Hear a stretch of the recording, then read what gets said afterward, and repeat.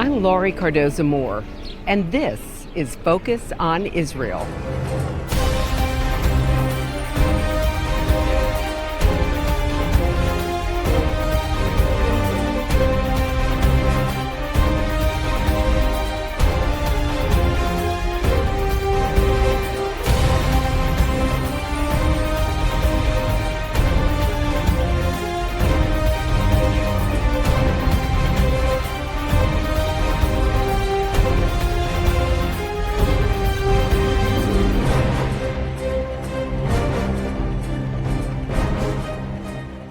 Today, it is imperative that Christians understand the strategies to win the media war for Israel in this complex digital age.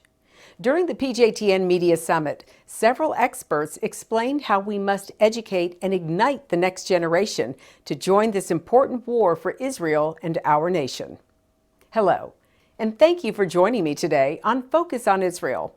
Like most Americans, I began to ask a lot of questions about what happened to our country following 9/11. As I read and talked to experts, the issues of radical Islam and the attacks on America and Israel became extremely personal to me.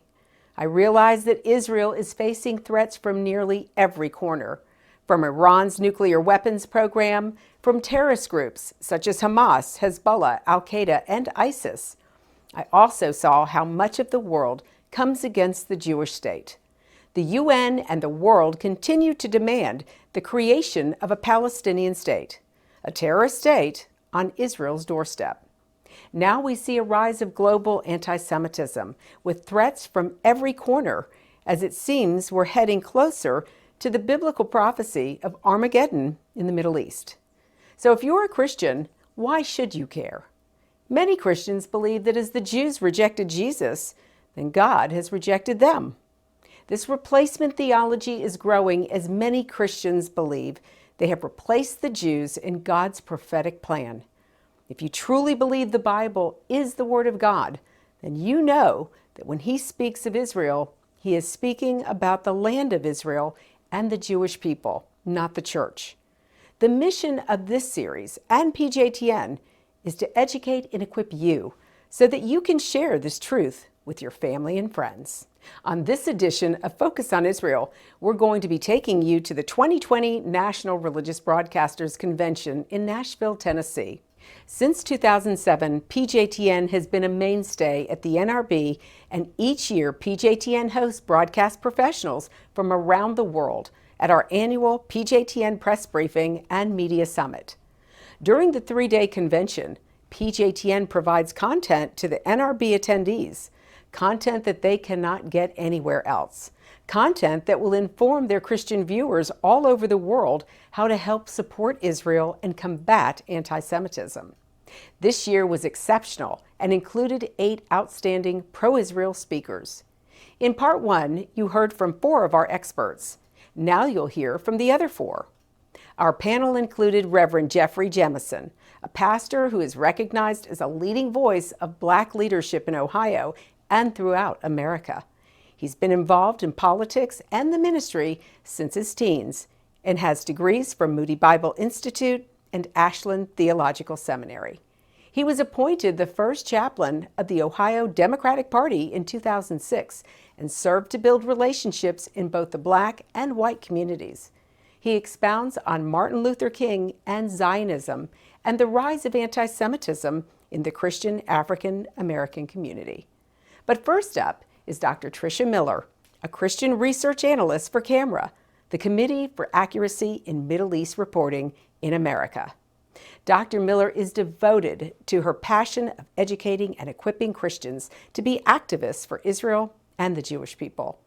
Her much acclaimed book, Jews and Anti-Judaism in Esther and the Church, is considered a modern-day handbook in exposing the theological and historical errors at the root of anti-Jewish Israel narratives in today's global climate.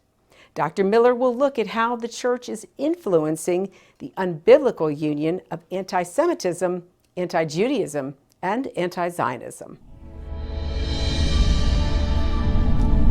It's extremely troubling that in the last few decades, under the guise of anti-Zionism, substantial parts of the organized church have succumbed once again to the millennia-old practice of delegitimizing, demonizing, and dehumanizing Jews. There's a number of ways this has happened, but I'm just going to talk about two. The first one is very overt. We've already mentioned it several times, replacement theology. Simply, replacement theology is the belief that Christians and the church have replaced Jews in Israel in the purposes of God. Therefore, there's no reason for their continued existence. So you can see how this is a foundation of anti-Semitism.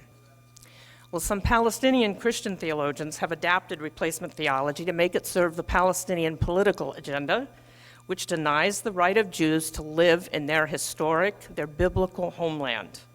And in order to do this, these Palestinian theologians promote the false claim that Palestinians are the indigenous people of the land and that Jews never lived there until a couple of hundred years ago. The second way that the church influences and encourages all three of these things, anti-Judaism, anti-Semitism, anti-Zionism, is more subtle, but it's at least as dangerous. In this case, this unbiblical union is strengthened through the promotion of confusion of facts, both historic and facts on the ground, in relation to Israel's existence as a Jewish state. Unfortunately, the failure to acknowledge historic realities and facts on the ground has become some of the talking points and the education provided by some organizations that claim to be Christian, they claim to be pro-Israel, and they claim to be a force for peacemaking in the Middle East. In their effort to play a role in achieving peace between Israelis and Palestinians, they present what's going on in the Arab-Israeli conflict as an equal struggle between two equally valid national movements.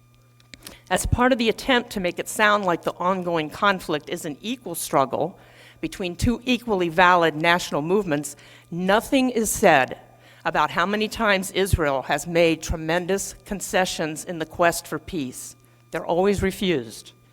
Nothing is said about what Hamas and the Palestinian Authority say in their charters, which clearly state their intent to destroy the Jewish state.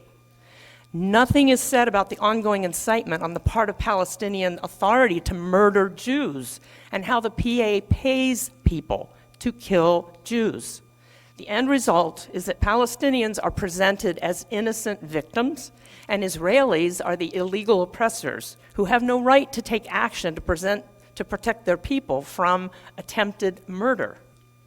Furthermore, this so-called peacemaking that employs this technique is actually counterproductive in terms of arriving at the goals these Christian peacemakers claim they want to achieve.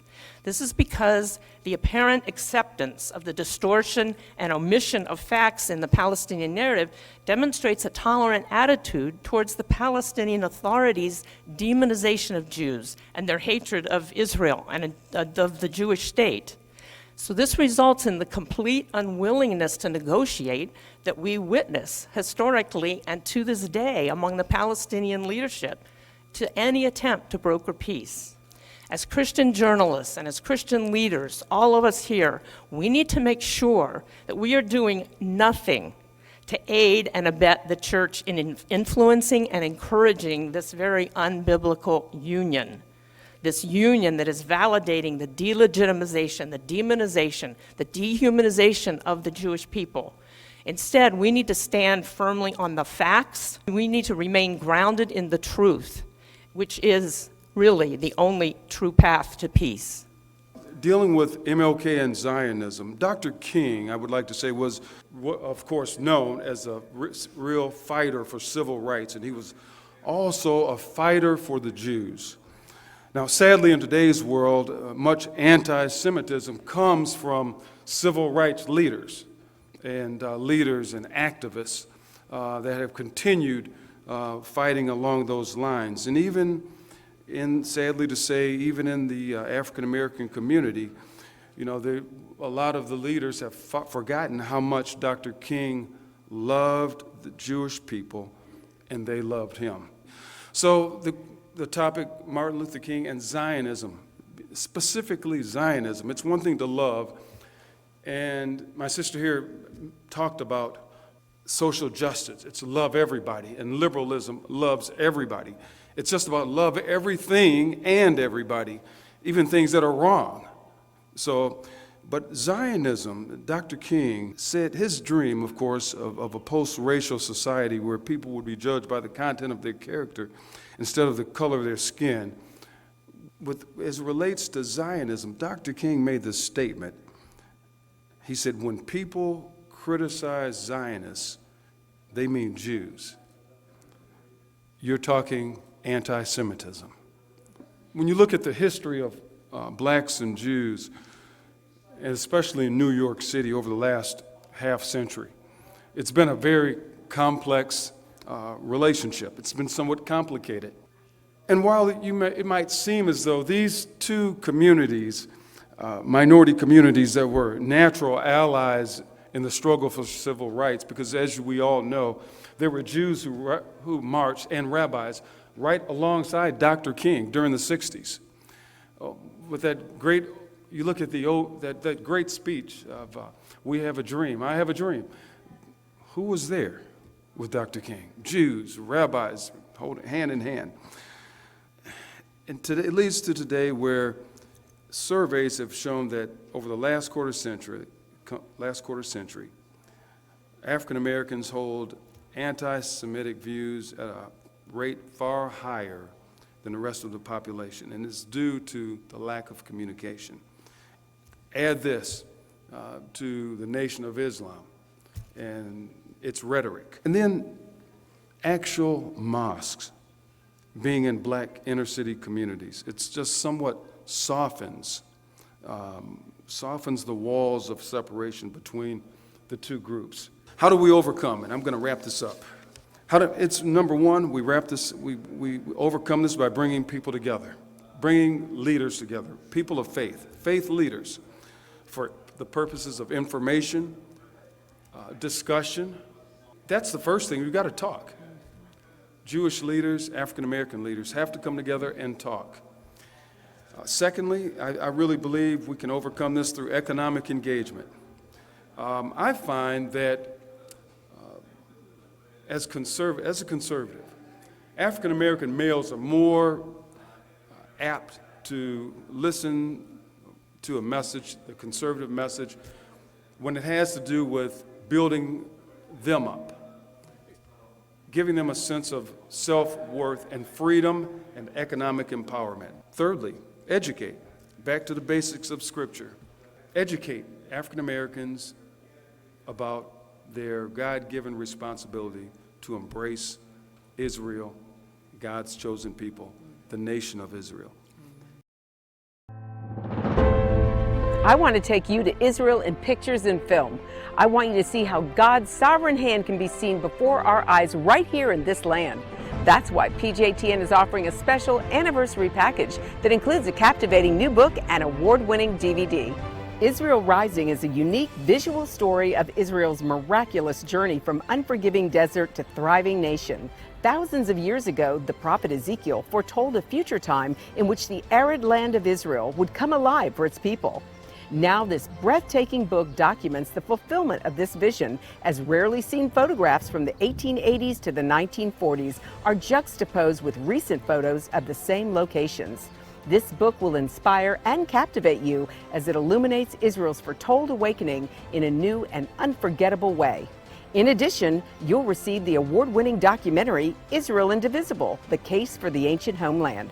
This inspiring film examines the many political twists and turns that make Israel the world's most controversial nation. From Abraham and the Promise to the issues facing the Jewish state today, the film examines the historical, archaeological, legal, and biblical foundations for the modern state of Israel.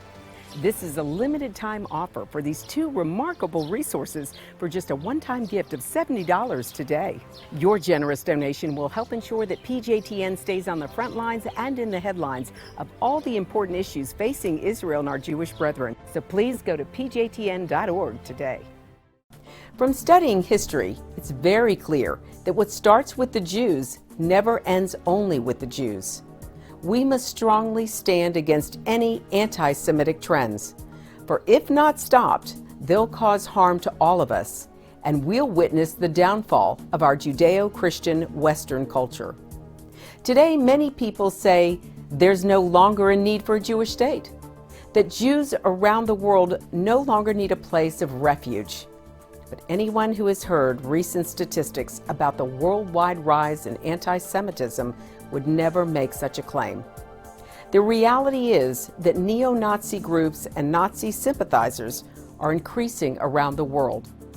Surveys show that over 1 billion people in the world harbor anti-Semitic attitudes. Close to 50% believe that Jews have too much power in the business world, and 2/3 of the world's population has never heard of the Holocaust or believe the historic accounts of it are inaccurate. Don't let yourself be manipulated by evil people with a wicked agenda. When the self-serving villains are in control, good people from all religions suffer. Muslims, Christians, and all people of conscience should stand proudly and show respect for a country that gives so much to the world in so many ways. Do your part, do your research, and do what you can to make a difference. Because what happens in Israel does affect us all. This is not just a Jewish or just an Israeli problem. This is a problem for all humanity, for each and every one of us who believe in freedom and human rights. Learn more about what you can do at pjtn.org. Our next two speakers include Dexter Van Zyl and Rabbi Jonathan Hausman. Dexter Van Zyl currently serves as a media analyst for Camera and is undoubtedly one of the world's most knowledgeable analysts on Christian anti-Israelism and anti-Semitism. His studied commentary has been lauded in national and international publications, such as the Boston Globe, the Jerusalem Post, and the Allgemeiner. He'll be exposing how Christian leaders are using their influence to promote anti-Semitism. Rabbi Jonathan Hausman lectures nationally and internationally. He is also busy briefing legislators on national security and foreign policy issues regarding Israel, Jewish continuity, and the existential dangers in world Jewry. He serves in spiritual leadership at Ahavat Torah Congregation in Stoughton, Massachusetts. He will discuss the unification of Jews and Christians. Is it historic? Is it biblical? For approximately 60 years after the Nazis and their helpers killed 2/3 of the Jews living in Europe and started a war that killed upwards of 60 million people, anti-Semitism was a discredited ideology, particularly in the United States. Unfortunately, those days are over. Now anybody with a web camera can connect with thousands, if not hundreds of thousands of fans on the internet, and they can also solicit donations from their supporters. And sadly enough, two of the worst examples of this phenomenon are Christians. One example is a Christian news organization called True News, led by Rick Wiles. And I first ran into True News at the 2018 Christ at the Checkpoint Conference in Bethlehem, an anti-Israel event organized by Palestinian Christians, most of them affiliated with Bethlehem Bible College. Conference organizers gave True News the run of the place, and during the conference, Wiles told his viewers that Israeli Jewish rabbis are just like Judas looking for a political savior who will rule a political kingdom on earth, a super race that will dominate the planet. That's really what Zionism is all about. And he also declared that if Jesus himself walked the streets of Jerusalem again, they would release Barabbas and they would crucify Jesus. Nothing has changed. And the thing is that YouTube, they basically discredited themselves and they were kicked off of YouTube. But that's only going to add to the organization's credibility amongst its hardcore followers. For example, one person who has come to the defense of True News is a Catholic anti-Semite by the name of E. Michael Jones.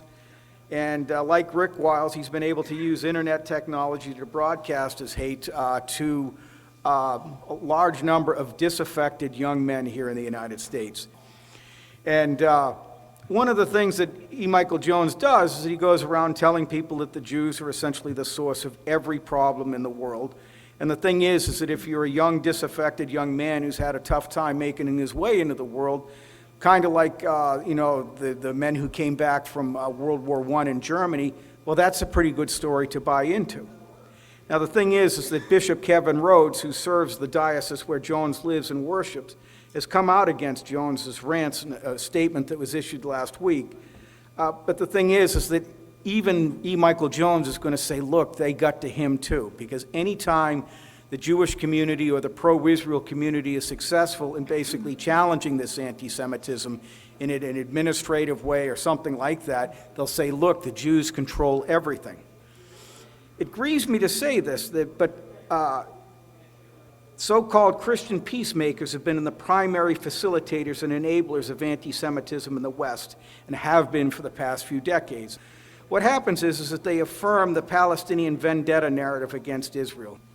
Organizations such as the World Council of Churches, Churches for Middle East Peace, and those are the two people that I've been writing about most recently, they affirm basically this grievance and vendetta narrative put forth by Palestinian elites and translate it and soften it for Western ears. And they sand off explicit anti-Semitism but they leave the overall grievance and vendetta narrative intact. And they promote self-determination for the Palestinians, whose elites have denied the Jewish right to self-determination time and time again. And that's really one of the things that is most troublesome. So why am I talking about the World Council of Churches and Churches for Middle East Peace in the same breath as Rick Wiles and E. Michael Jones? Because these groups prepared the way for these haters. Both Wiles and Jones lifted their talking points about Israel from the progressive pro-Palestinian Christian peace movement. And the thing is that this is really the question that we have to present to followers of Jesus. Are you going to align your suffering with that of Christ, or are you going to align or combine your rage with the mob that put Christ on the cross? And the thing is that you can't claim to support human rights when you align your activism with the interest of a political movement that demands the right of self-determination while denying it to the Jewish people. Yeah, my colleagues in the pulpit have abdicated a lot of their responsibilities. They have.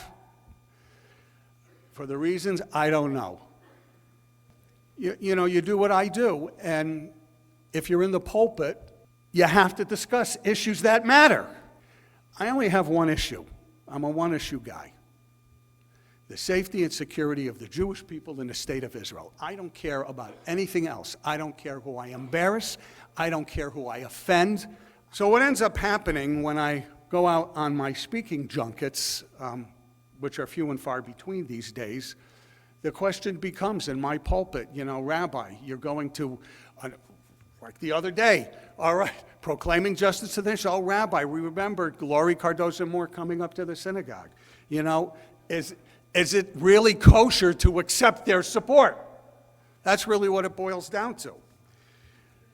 And it causes lots of Jews to scratch their head, well, in my case, scratch my scalp, because you have this growing phenomenon of Christian support, evangelical Christian support, that has many American Jews perplexed. And they ask questions. And what's the question that's asked? Is this subterfuge? Is there something else behind this? Is there a missionary impulse? And after 20 years of doing this, you know, listen, I understand where a lot of these Jews are coming from. But fact of the matter is, here's where it comes from. These people, including my rabbinic colleagues, a majority of my rabbinic colleagues are, and Dr. Boston and I have spoken about this too, they are so divorced from Jewish tradition, and they are so divorced from Jewish practice. They're divorced from a grand knowledge of Jewish history, facility with Jewish texts, that they have no historical context when it comes to this kind of conversation. Completely. What they are informed with is liberal political sensibilities. And that has absolutely nothing to do with the pulpit. If you're a rabbi, your job is to make sure that Jews understand that being Jewish is the most grateful gift that God can give you. And if that's the case, you cannot marginalize Christian Zionists, because Lori, that's what you are, and that's what you are. But concomitantly, you have to know who sits across the table. If you preach acceptance of revisionist Palestinian narrative that denies Jewish historical claims, why are you sitting with that person? It makes no sense. Absolutely makes no sense. And that goes whether you're sitting in a synagogue or whether you're sitting here at the NRB. You have to do your homework.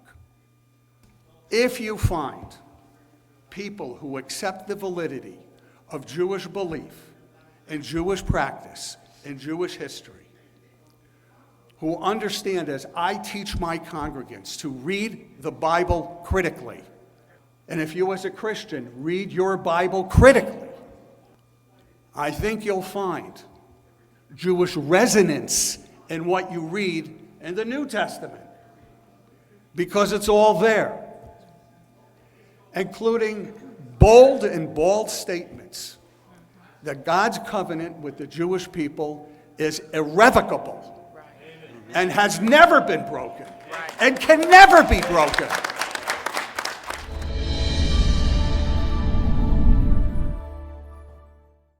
That's our show for today, and I want you to know we appreciate hearing from you.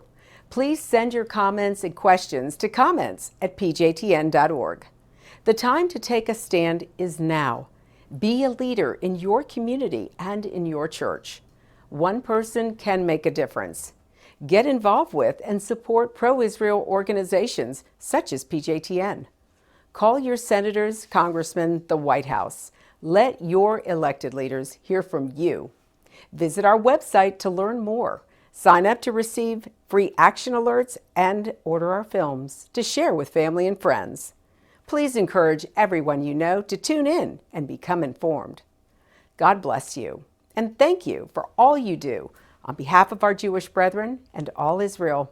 We'll see you next time on Focus on Israel.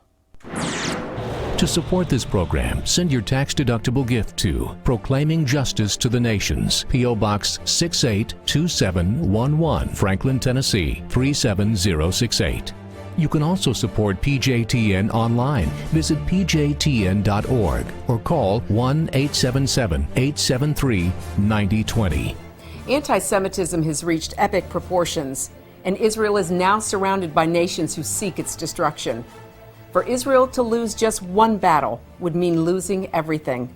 As Christians, it is our biblical responsibility to stand with our Jewish brethren and Israel. PJTN needs your help to reach more Christians with this urgent message. Please visit our website to become a member today and order our award-winning documentaries. You must decide that you won't be silent. Sign up now at pjtn.org. God bless you, and thank you for your support and prayers.